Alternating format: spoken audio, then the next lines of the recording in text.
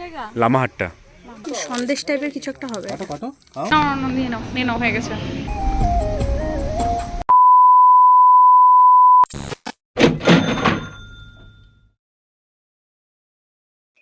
হে everyone, আসসালামু আলাইকুম। কেমন আছো তোমরা সবাই? আশা করি তোমরা সবাই ভালো আছো, আর আমরাও আলহামদুলিল্লাহ ভালো আছি। আমি নিগার, আর আমার ইউটিউব চ্যানেলে সবাইকে জানাই স্বাগত।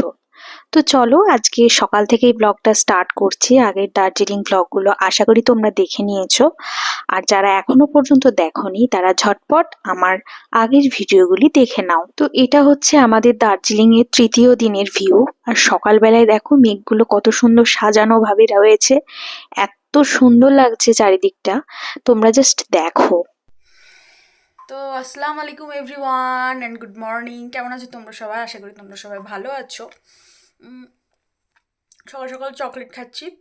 যাই হোক, আমরা এখন রেডি হয়ে গেছি ঘুরতে যাব বলে। কিছুক্ষণের মধ্যে গাড়ি আসবে। আর সকালবেলা মানে একটা সুন্দর ভিউ দেখে ঘুম থেকে ওঠা এর এক আলাদাই অনুভূতি। তো চলো ব্লগটা এখান থেকে শুরু করছি। ব্লগটা কন্টিনিউ দেখতে থাকো, আশা করি তোমাদের ভালো লাগবে।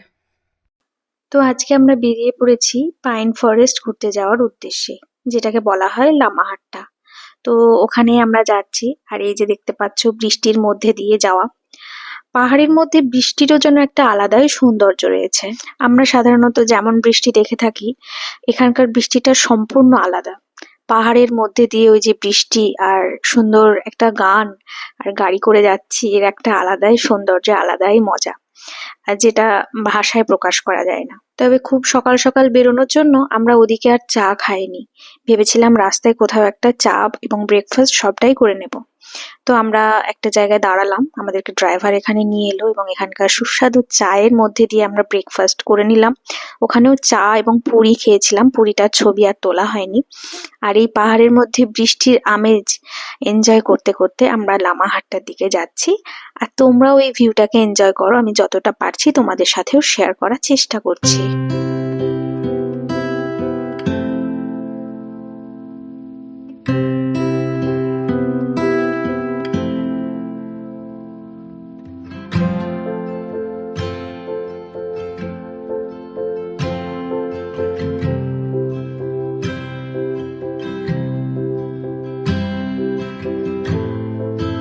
তো এই যে আমরা চলে এসেছি লামাহাট্টা পাইন ফরেস্টে।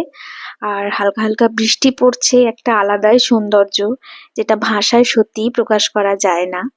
আর এই যে আমরা দুজনে এই পাইন ফরেস্টের মধ্যে প্রচুর ছবি তুলেছি, প্রচুর রিলস বানিয়েছি।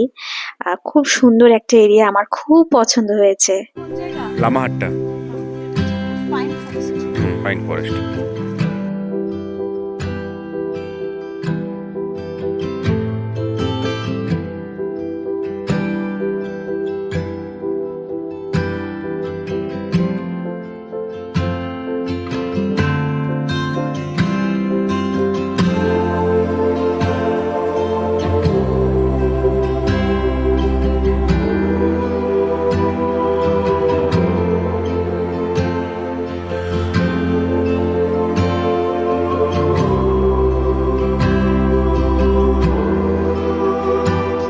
এখানে একটা উঁচু জায়গা থেকে আমরা চারিদিকটার ভিউ নেওয়ার চেষ্টা করেছি। আর আমরা যাওয়া মাত্র বৃষ্টিটা একটু ঘন ঘন হতে শুরু করলো, আর চারিদিকটা পুরো কুয়াশায় ঘিরে যাচ্ছে। তবে ওয়েদার খুব সুন্দর, হ্যাঁ, না আছে খুব শীত, না আছে একেবারে গরম, একটা সুন্দর ওয়েদার। আমার তো খুব পছন্দ হয়েছে। আর এই যে পুরো পাইন ফরেস্টটা দেখো তোমরা। আমাদের হাতে সময় খুব কম ছিল, কেন কি আরও কিছু জায়গা আমাদের ভিজিট করতে হতো, যার জন্য আমরা পাইন ফরেস্টের ভেতরগুলো দেখার মতো সময় পাইনি। কারণ আমাদের গাড়ি চলে এসেছিল, আর ও তাড়া দিচ্ছিল, এবং তাড়াতাড়ি আমাদের যাওয়ার একটা ব্যাপার ছিল।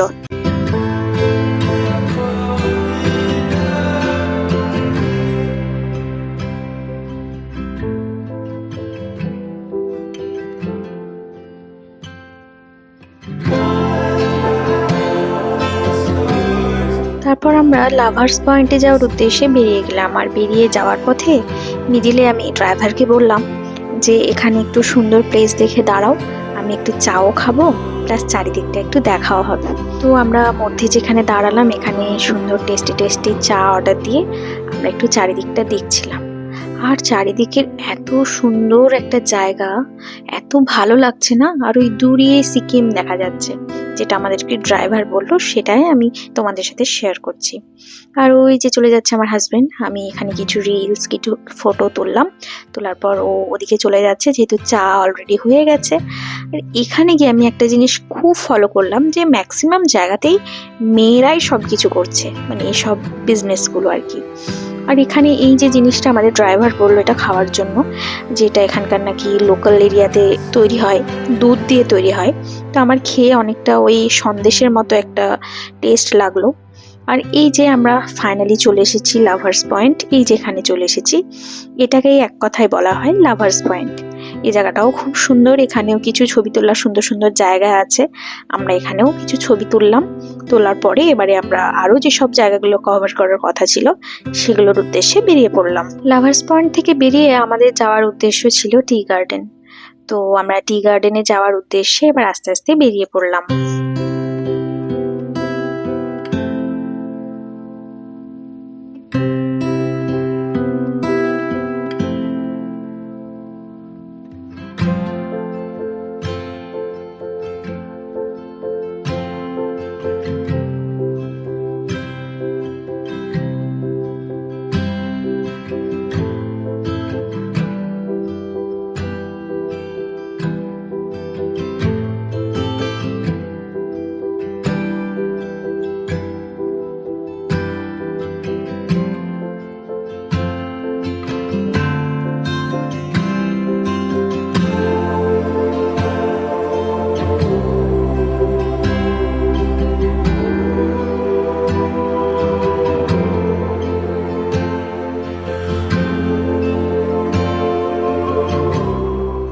তো আমরা টি গার্ডেন ঘুরে এবারে রুমে ফেরার উদ্দেশ্যে বেরিয়ে গেলাম। আর এখানে আমাদের ড্রাইভার ওদের কিছু সবজির বাজার করছিল। আর দার্জিলিংয়ে গিয়ে একটা জিনিস খুব ভালোভাবে দেখলাম, যে এখানে মেয়েরাই আর কি ম্যাক্সিমাম দোকানপাট বাজার এগুলোই করছে। আর রাস্তার ধারে এভাবে ওরা নিজেদের জমির সবজিও বিক্রি করছে। আর এই যে বৃষ্টির মধ্যে দিয়ে আমরা আস্তে আস্তে হোটেলের দিকে যাচ্ছি। আর এক অন্যরকম অনুভূতি, সত্যি পাহাড়ের বৃষ্টিটা একটা অন্যরকম সৌন্দর্য রয়েছে, যেটা আমাদের সমতলে একেবারেই নেই, আর যেটা পাহাড়ে আমরা পেয়েছি। তো আস্তে আস্তে আমরা লাঞ্চটা করে নিলাম, কেন কি আমাদের লাঞ্চটা অনেক লেট হয়ে গেছে। আসার পরে এই যে হোটেলের বাইরের ভিউটা দেখো, মানে এক সাইডের ভিউ তোমাদের সাথে আমি শেয়ার করেছি, আর এটা হচ্ছে ঠিক তার অপোজিট সাইডের ভিউ, খুব সুন্দর। আর চারিদিকটা দেখো বাড়ি ঘরে পুরো ঘেরা। তারপর আমরা ডিনার করে নিলাম। আর আমাদের একটা দিন পুরোই আমরা বেরোতে পারিনি বৃষ্টির জন্য, আর আমারও প্রচুর জ্বর হয়েছিল, যার জন্য আমরা বেরোতে পারিনি। আর এটা হলো চলে আসার দিন রাতের ভিউ। খুব বেশি একটা মিস করছিলাম যে এই ভিউটাকে ছেড়ে চলে যেতে হবে, যার জন্য একটা স্মৃতির খাতায় লিখে রাখার জন্য একটা ভিউ আমি তোমাদের সাথেও শেয়ার করলাম। দার্জিলিং ট্রিপটা আমাদের কাছে খুব স্পেশাল একটা ট্রিপ ছিল, কেন কি আমাদের বিয়ের পর আমরা প্রথমবারের জন্য ঘুরতে গেছিলাম।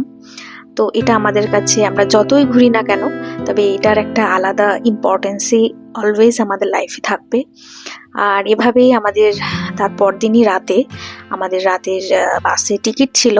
তো আমরা এই যে বাসে অলরেডি উঠে গেছি, আর এভাবে আস্তে আস্তে বাড়ির পথে রওনা দিলাম।